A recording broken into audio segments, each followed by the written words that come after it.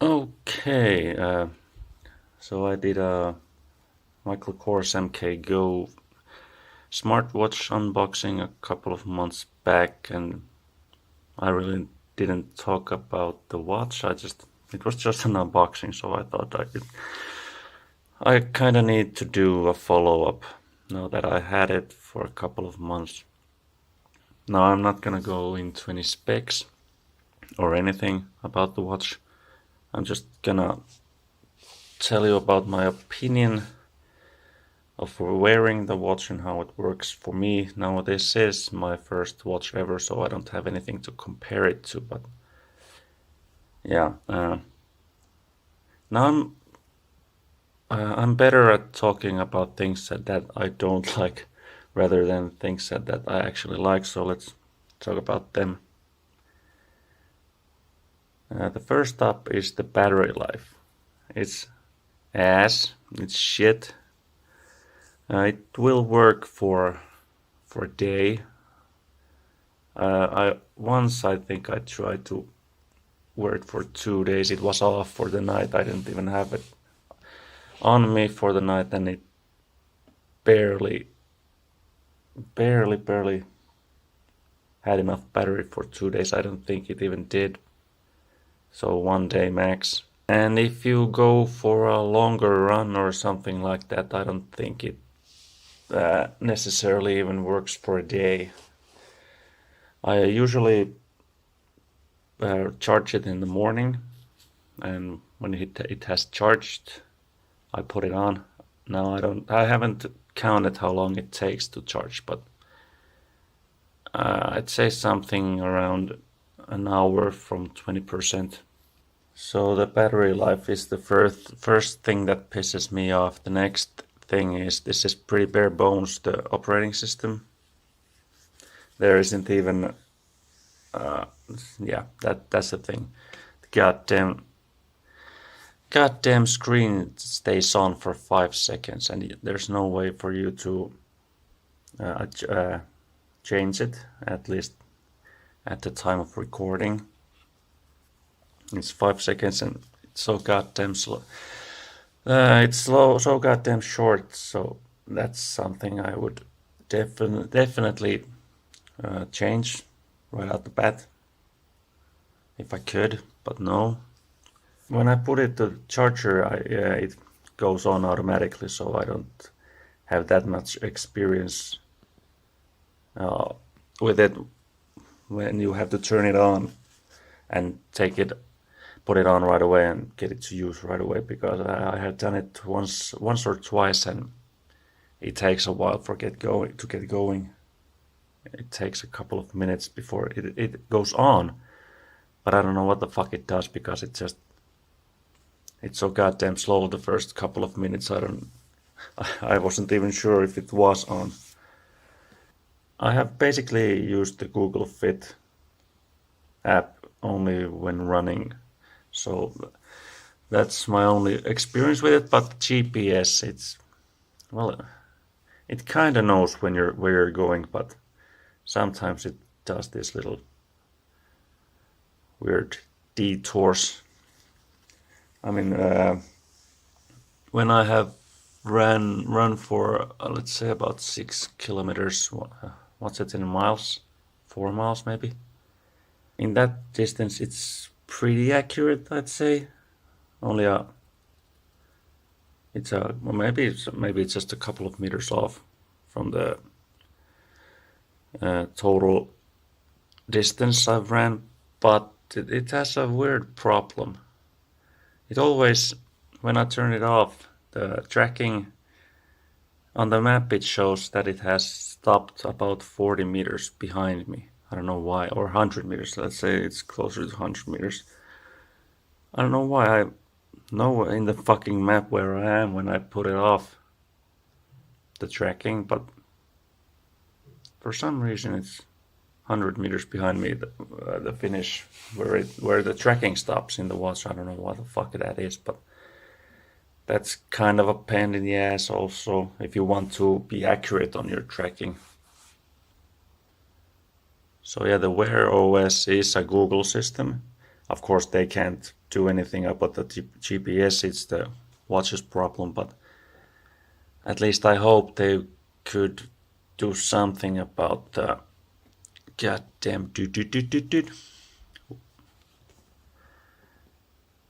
goddamn screen. Oh, was that even 5 seconds? But yeah, that on time for the screen, that needs to be fixed. I hope Google does something about it at some point, but I don't know if they can, if it's the watch's problem, if it's so weak, the computer inside it, so they need to keep the operating system bare bones. I don't know what the problem is. The other problem is when I turn on the, I don't know, what do you call it, so that when I flick my wrist like this, the screen turns on, chink, like so. If I leave that thing on when I go running, and sometimes I want to watch or check out how far I have been running, sometimes it puts the tracking on pause just by itself for some fucking reason. I don't know why. So I always need to take that thing off before I go run, because if I put it on from here, it does nothing. It just keeps on tracking. But sometimes when I flick my wrist and turn it on like that, it just pauses the tracking. I had no clue why that is, but it just does that. But on the app side, I don't think I have, well, I've only used Google Fit, so I don't have any problems with that. It's fine, I guess. But I want to keep this as short as possible, so that were my main issues with the watch. The on time for the screen, the battery life, which is ass, and the GPS, which can be a bit wonky sometimes. And the fact that the goddamn watch pauses the tracking for some reason when you have this on. Yoink. There we go. Yeah. But what are the pros for this watch? Well, it works.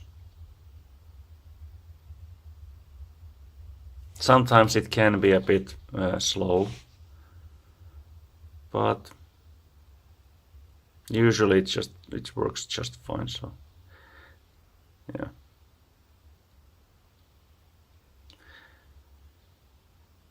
And what the fuck? Don't eat shit. Yeah, you can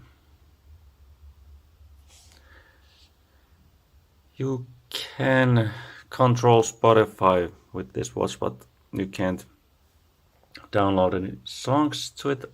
I think I haven't tried. There was a download song button, but there's no need for me to use it. And they said, I read from multiple sources that it's not possible to download songs to Spotify, god damn it, into this watch.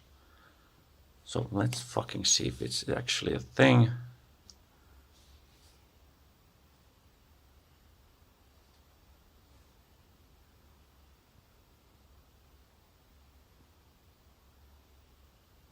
Downloads. If you want to download content,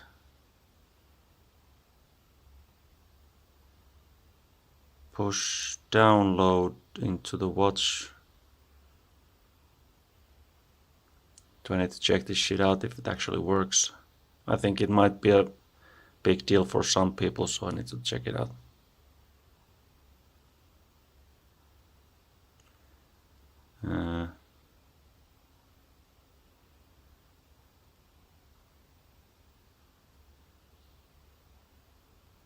Okay. I have a playlist here. Download into the watch.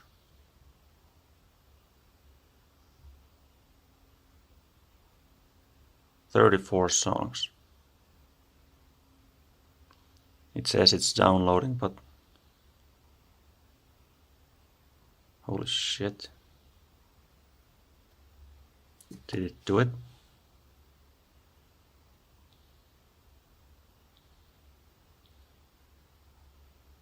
Huh. I think it's in. What the fuck? Okay. Let's see, let's put on my JBL Zoom 500 BT earphones, headphones, whatever.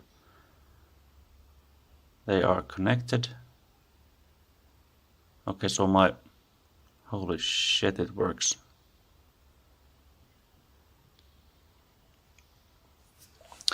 Okay, I don't have my phone connected to my watch, so it actually does play the songs just from a watch without the phone, just to a regular Bluetooth headphones. So that's something I didn't know. I didn't think that it was actually possible, but like I said, I don't think I kind of need it. I usually, well, maybe if I want to sometime, but good to know. So yeah, that was some mainly cons for this watch. Oh yeah, I kind of forgot one thing in case you're interested. The charging of the phone, it goes just like this. I don't know, watch. I don't know how the watch is usually charged, but you just put this in this bitch and then it charges. But the thing is, you only have this. You don't have any, you know, these things. You only have the cord, so you need to have one of those or a computer nearby. So yeah, just thought I'd mention that really quickly, but yeah. It does what I require it to do, so it's fine, and I can watch my WhatsApp messages when they come. If it's something important or not. If it's nothing important, I don't need to go through the trouble of taking my phone from my pocket. So that's nice. Of course, I can't reply. I can reply with a couple of preset answers, maybe. It was a couple of emojis and yeah, and something like that. I can't really write anything. I can just push a reply from, yeah, preset replies, but yeah, the reason why I'm re-uploading this is because what I just said isn't exactly true. You can actually write messages or reply in writing with this watch, but the thing is, it's so fucking annoying to write anything with this watch because, well, the letters are so small. It's